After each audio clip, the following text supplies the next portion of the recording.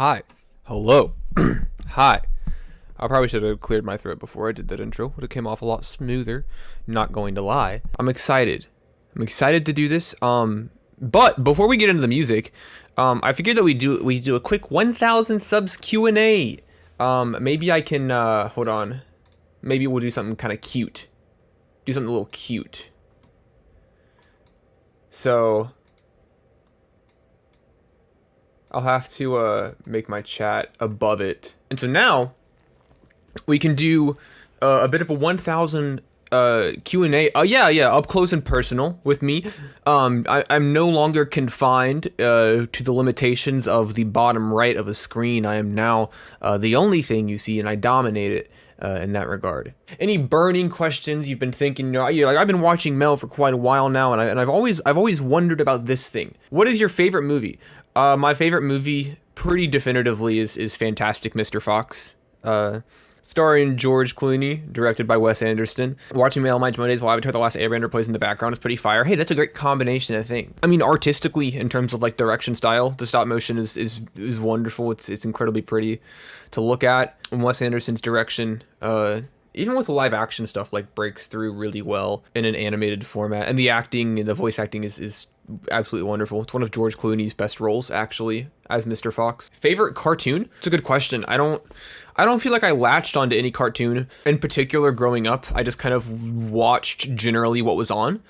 But looking back, I did really like Regular Show. 11-minute episodes, super condensed, super abstract and in your face. Who were your biggest influences when you started, and who are your biggest influences now? That's a good way to phrase that question, because it does change, doesn't it? Well, I guess starting off, making music, starting off in actually posting original music in 2018.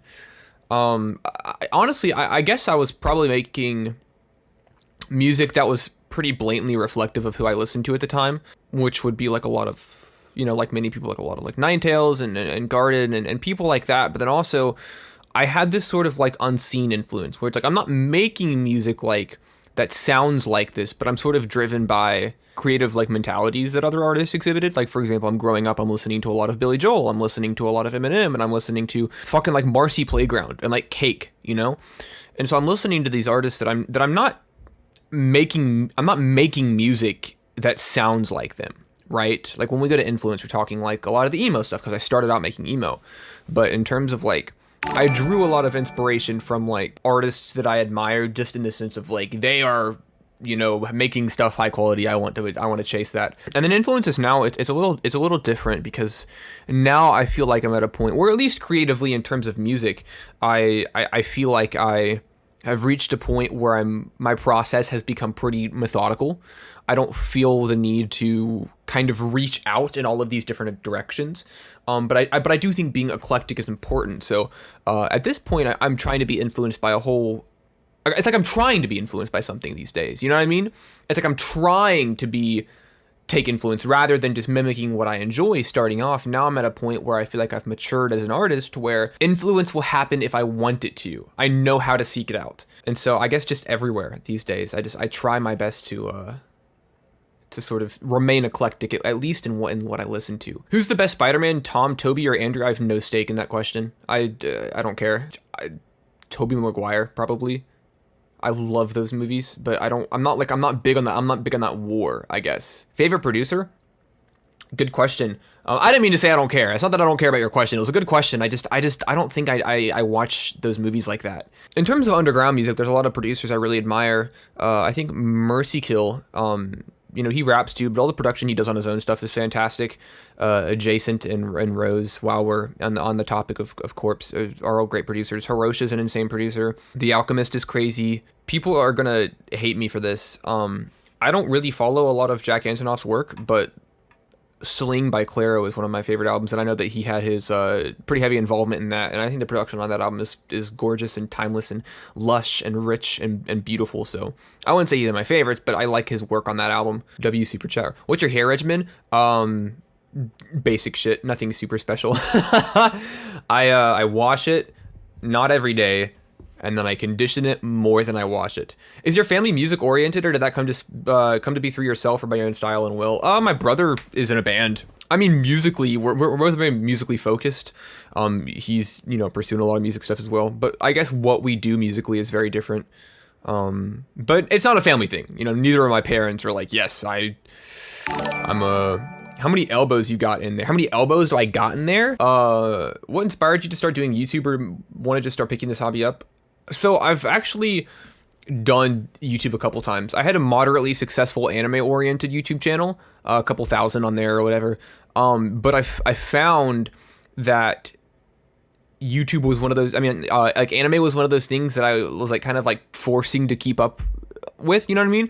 Like I'm watching all of these seasonal anime I don't like, and I'm posting content about anime, and it's like I grew out of fashion with it after a while. Making content has always been something that I've enjoyed and something that I've wanted to pursue, and so it just, and where I loved music so much, it just kind of made sense to settle on music. Like I'm very passionate about it. I don't see that passion dying down or dilapidating anytime soon. And so fuck it. I'll make content centered around an underground scene that I'm very passionate about and that I love, and we'll see what happens. And turns out it was a pretty good decision. Is your brother's band sick? Fantastic. Yeah, they're great. They're called Pet Bandana. How much money exact amount would have you throw ass on stream? Four digits. What books or movies changed your perspective the most? Oyasumi Pun Pun is a fantastic book series that really fucked me up for a long time after reading it. I think it's got one of the best narrative conclusions, I would say. Leaves things a little open-ended, not so cut and dry, a little morally ambiguous, which is always a lot of fun. How much exact money would you throw ass on stream? Are multiple people asking if I would throw ass on stream? Okay, goddamn. Serious question, do you have self-doubt? And if you do, drop it like it's hot. That's what I'm saying. If you have self-doubt, and if you do, how do you deal with it? Yeah, I mean, I think everybody has self-doubt, right? That's just kind of like a normal thing, How do I deal with it? It's a whole other question, though. And the answer is I don't sometimes, you know what I mean? Because when it comes to self-doubt, really you're looking at yourself and being like, oh, I'm bad at this thing. I like doing this thing, and I really do want to think I'm good at it, but I have this sneaking suspicion that I might possibly be bad at it. And there's no solid answer that works for everybody, but in my mind, you kind of have to learn to live with it. Because this is going to sound really cynical, but you're not going to get rid of it, That self-doubt is always going to be there, kind of creeping up, telling you that you're not good enough, and you never will be. Whenever I have self-doubt, I think about what I've done, in my YouTube channel. I've done interviews with artists that I respect a lot. I've made video essays that I think are clear, concise, well argued, and well written. And I've made music that I think I'm very proud of. And so when I think, oh, I'm bad at this and I'll never be good at this, I'll never be as good as I want to be, I'm like, fuck, I've already done stuff that I'm proud of. So if I was actually truly bad at this, then what's all that? So yeah, it sounds cynical. Self-doubt's not going to go away. That shit's always going to be there. But it's just a matter of finding a way that works for you to deal with it. It's pushing and pushing and pushing. Throw some cheeks, white boy. That's crazy. Are you a real catboy? Are those ears fake? No comment. Do it clap, do it jiggle, do it squirt. No comment. Did you have any imaginary friends as a child? No, I never did. I mean, I had stuffed animals that I guess to some extent I would personify, or I would give personalities. I'd be like, oh, this stuffed animal, should it one day gain sentience, would probably behave in this way. But I never talked to them, nor did I have like some sort of invisible, intangible presence in my life that I was like, that shit's real. Nobody else can see it. What was your favorite plushie? It's a good question too. I don't remember. I had Webkins. I had a lot of Webkins growing up.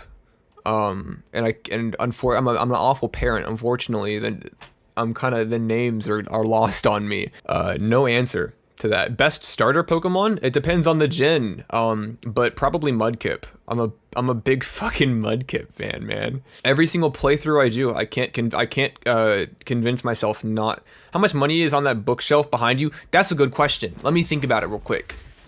Let's see here. The Tokyo Ghoul both box sets is like $250. I know, let's see, All Konosuba is probably about $70, $80. A lot of figures on there too, nothing too expensive, a lot of series, a lot of special editions. That's a good question, probably over $1,000. on that bookshelf. I would say over 1,000 accumulated over the course of like a long time, but not much more than that, I would say. And it might not even be 1,000. I mean, books aren't exactly like crazy expensive. I mean, I got the Naruto, if you can say, I got the Naruto figure, I got the Rim figure, Midoriya, Amelia, fucking what's her name? I can't remember her name. The Vanilla, Megaman, the fucking Demon Slayer guy. Like, the figures themselves aren't super, why are you broke? A systemic society keeping me down. What were you studying in colleges? That past tense phrasing is hurtful but accurate. Video production, media production with a focus on video is what I went to college for before I dropped out. Who would be the best producer? SpongeBob, Mr. Krabs, Squidward, or Gary? Gary, 100%. What do you do to write lyrics? I wait. So I write every day. Right? I write and I write and I write. I've written over 1,000 songs. I've actually written over 1,500 songs. Not all of them finished, of course, but I've written well over 1,000 songs. A lot of them are not good. So, you know, what I do to write is I sit down and I do it. And I either come up with something I like very quickly, or I come up with a bunch of shit that I hate over the course of a couple hours. If you could hear any artist on a jerk beat, who would it be? Zoltar. We'll do a couple more questions and then we'll wrap up. We've been at it for 20 minutes. I don't want to make it about myself for too long. These are all good questions, though. I was worried that maybe people would come in here and sort of disparage the nature of the stream by clowning on me the whole time. And asking kind of goofy questions. Fortunately, we've had some pretty good ones. What's your address? Yeah, writing lyrics is it's a whole, I don't know. It's one of those things where all of my best songs were written in such a short amount of time, you know? It's just like they came to me. Like I get into this like crazed state, and I blink and I black out and I wake up and a song is done. Do you pay your taxes? Of course. I'm very faithful to the IRS. I pay all of my taxes on time and I accurately report my tips. Who was your childhood celebrity crush? I actually never had a childhood celebrity crush. People always talk about these celebrities that when they were young, whether it be to sort of prolonged exposure or a brief off-chance encounter that led to the infatuation. I never really had a single artist or a movie star or an artist or whatever that I was like, I'm like obsessed with. I have a crush on you. I never really had anybody like that. Who was your childhood cartoon character crush? See, I never had a cartoon character that was like some sort of weird quasi-sexual awakening for me either. I never had a cartoon character that was like, oh, that gives me weird feelings. Why do I feel like this? Why am I attracted to the 2D animation? I don't even know if I could list you any number of cartoons that were like, yeah, that's attractive. Lola Bunny, that tends to be the popular one. A lot of awakenings can be traced back to Lola Bunny, especially in Space Jam. You know, where they made her like sexy and shit. That was interesting, right? I think that'll probably do it. Unless anybody's got any more burning questions that they've just got to hear. Lola Bunny's overrated. Raven on top. Yeah, I mean, to be fair, Raven is not a rabbit, so I would definitely say that. Will you get a low taper fade? Fuck no. But yeah, that's gonna do it. I really appreciate you guys for getting me to get me to 1,000 subs. It's obviously wouldn't happen without you, which is cool. And so in a way you have some sort of part in that, right? And also it's cool because it's like it's sort of like the sort of first sort of big milestone, right? Because obviously at 100 subs it's like, oh, I hit 100 subs and this thing is, oh, I hit this thing. But now it's at a point where like some sort of long-term success in it feels a little bit more tangible. I have ad revenue on now, which of course I'm making cents a day in terms of ads, but that's like something that is like validating and fulfilling proof that something I'm doing is working. I love music more than anything. I love talking about it. I love making it more than anything. This is all I do. I have no other plans. I dropped out of college after 3 years. Like I love this so much, and I very much would like it to work out in some sort of long-term angle. And so 1,000 subs is like, hey, you're on that path. I feel like I'm finally at a point where it's just like, you know what? I do deserve this. Like I do deserve to reap the benefits of my hard effort. No more of that like, oh, I don't know if I deserve it shit. Yeah, I know I do. I worked fucking hard to get here. I worked very hard. So thankfully we like listening to you talk. Listen, if nobody liked listening to me talk, my channel would be in shambles. All I do is just fucking talk. The first milestones are always the best and hardest to get. Exactly. I mean, it took me a year. I've been this month I'll be doing music oriented YouTube content for a year. It's a long time. but I'm committed. I'm not like, this is something that I'm committed to, and I care about making this work more than fucking anything. And if somebody doesn't believe that, then my actions are just gonna have to prove it to them. Not to be on that like grind set type mentality, but like, I care about this shit and I am making it work, and I'm good at it. So fuck you if you don't think so. Let's start the fucking music stream now, baby.